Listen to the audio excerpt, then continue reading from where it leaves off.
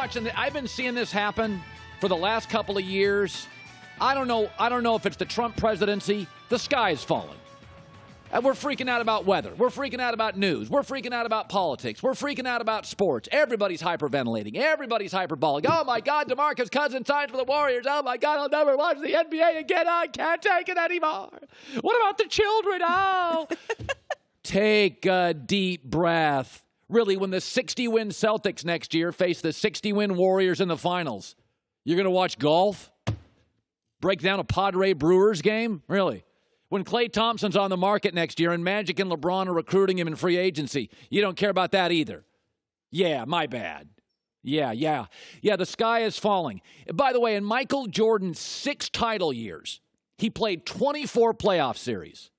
He never played a Game 7 in the finals, and the NBA was its highest rated ever.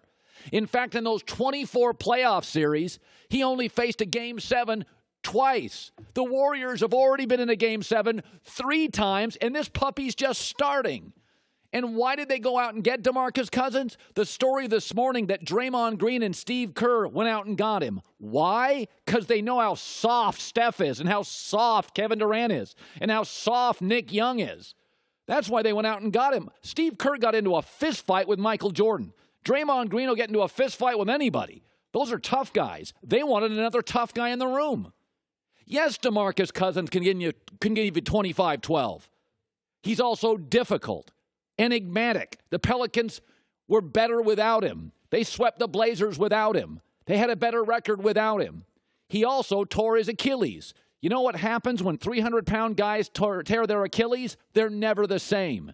He's not even going to be ready until January or February. And you're freaking out? I'll never watch the league again. Oh, stop it. We celebrate dominance in America. I've never heard an Ohio State Buckeye fan on recruiting day say, let's give Purdue some of our players to make it more even. The only sport now with parity is golf, and nobody watches it. DeMarcus Cousins had no offers. He's difficult. I'd say he's a head case. He's never played in a single playoff minute, and he has to go in now for a year and prove that he can fit with a good culture. Good luck. I could make an argument. This isn't anything more than the beginning of the end for the Warriors, who are now grasping for an enigmatic tough guy because they lack it. P.J. Tucker punched Golden State in the neck. He's 6'5". He gave them nothing but trouble. Houston wins that series if Chris Paul's healthy. You know what a problem in sports is? A problem in sports is when one team has more money than every other team. Those 90s Yankees teams we celebrate, when they could just pay A-Rod more, and they could pay Mark Teixeira more, and they could pay CeCe Sabathia more because they had a regional sports network that was making $350 million a year, and the Cincinnati Reds regional sports network paid them $8 a week. That's a problem in sports. When one team simply has more money. It is not a problem in sports when you create an amazing culture where good players are willing to take less. We have that right now. It's called the Patriots, and it ain't killing the NFL. Don't be mad because the Warriors have a smart GM. Be mad because your doofus GM's got 5 burner Twitter accounts and couldn't even get a face-to-face meeting with LeBron James. Which is it? You don't like players taking pay cuts? Wait a minute. Don't you complain that players only care about money? What the hell is it? Pick a side, Gert. Pick a lane. Move that Delta 88 to the left lane. Let guys like me pass. Which is it? DeMarcus Cousins, many NFL players go to the Patriots and Warriors because they have their act together. They're buttoned up. They're smart. They get the rotation figured out. They travel in class. Steph Curry wasn't a number 1 pick. Klay Thompson wasn't a number 1 pick. Draymond Green wasn't a number 1 pick. And when guys like Derrick Rose and Westbrook were saying, my best friend's a basketball, I don't recruit, Steph Curry and the Hampton Five were out east, days in recruiting Kevin Durant. Don't blame them. The NFL and the NBA rule the sports world today. And they don't rule it because they have more money than everybody else. They rule it because they're smarter than everybody else, and that's attractive to veteran players who want to win rings. And in DeMarcus Cousins' case, he not only wants to win a ring, he wants to redeem his reputation. And you don't like it? Tell me the last baseball player that said, I'll take significantly less. Tell me the last superstar baseball player that did that. Basketball players do it every year. Bosch, Battier, LeBron, they're doing it every year. DeMarcus Cousins, David West. Pick a lane. You like him or not like him. I like my athletes to say, it's not about money. I want to win. I love my pro athletes to say that. What I don't love is Robinson Cano in the middle of a dynasty saying, I'm going to go out and play in Seattle. A 10-year deal. And finally I get to compete. Oh, wait, I did PEDs. I'm out. That's bad for sports. The Yankees teams we celebrate who just had more money than everybody because they had the Yes Network and nobody else did, that's bad for sports. The Warriors, Michael Jordan, 24 series in his dynasty. Never a Game 7 in the finals. 2 Game 7s overall, and the Warriors have already faced 3. And for the record, I don't even like the Warriors to win it next year.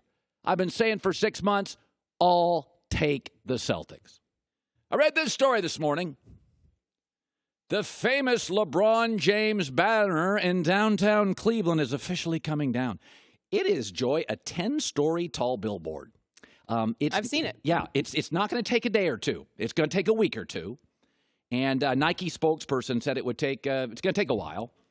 And by the way, the Cavs official online team shop has already scrubbed LeBron from the front page, and they're selling his jerseys at a discount. And at the end of this story, it says this. Hey, it was a good run. Not really. Cleveland screwed it up. Cleveland screws everything up. 11 seasons with the best basketball player in the world. 1 title. By the way, he went to Miami, 4 years, 2 titles. Do the math. That's way better. This illustrates the utter dysfunction of Cleveland. 11 years, 1 title, and he leaves you for the second time. By the way, this is happening with Green Bay and Aaron Rodgers. Best player in the world, 10 years, 1 title. And now, by the way, Minnesota, the Vikings in your own division, has a star in every unit. They have a star corner, a star safety, a star pass rusher, a star linebacker, a star running back, a star receiver. Cleveland's draft picks, just in the years LeBron was a Cavalier.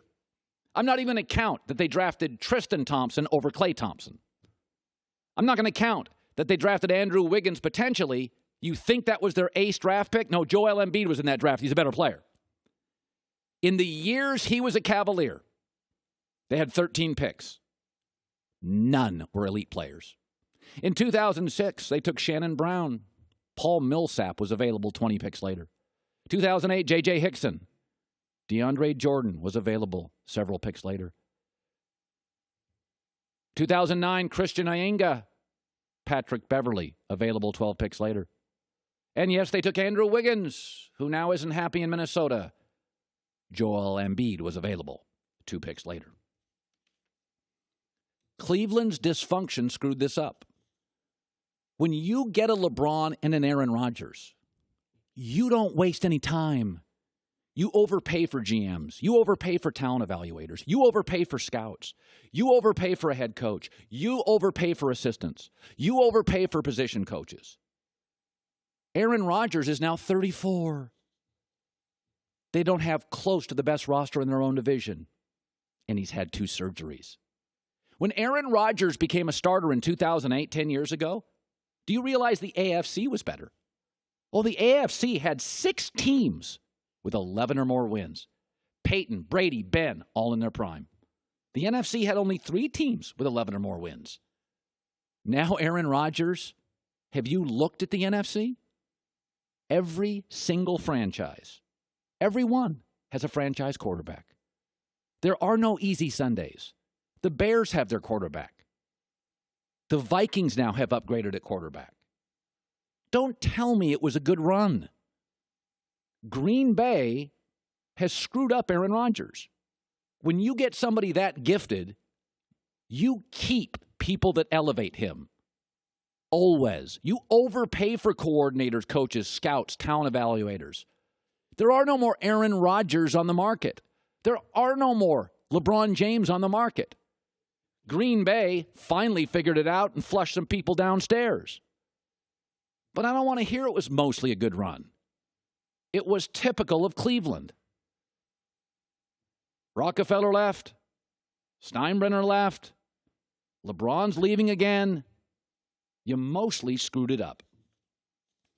Coming up next, Lakers. Have they become one flew over the cuckoo's nest in tennis shoes? What a roster and what to make of it. My thoughts coming up. Hi, everybody. Thanks for watching. Subscribe here to get the latest from the show. Also, be sure to check out more of the best clips from The Herd or go watch a few segments from other shows on FS1.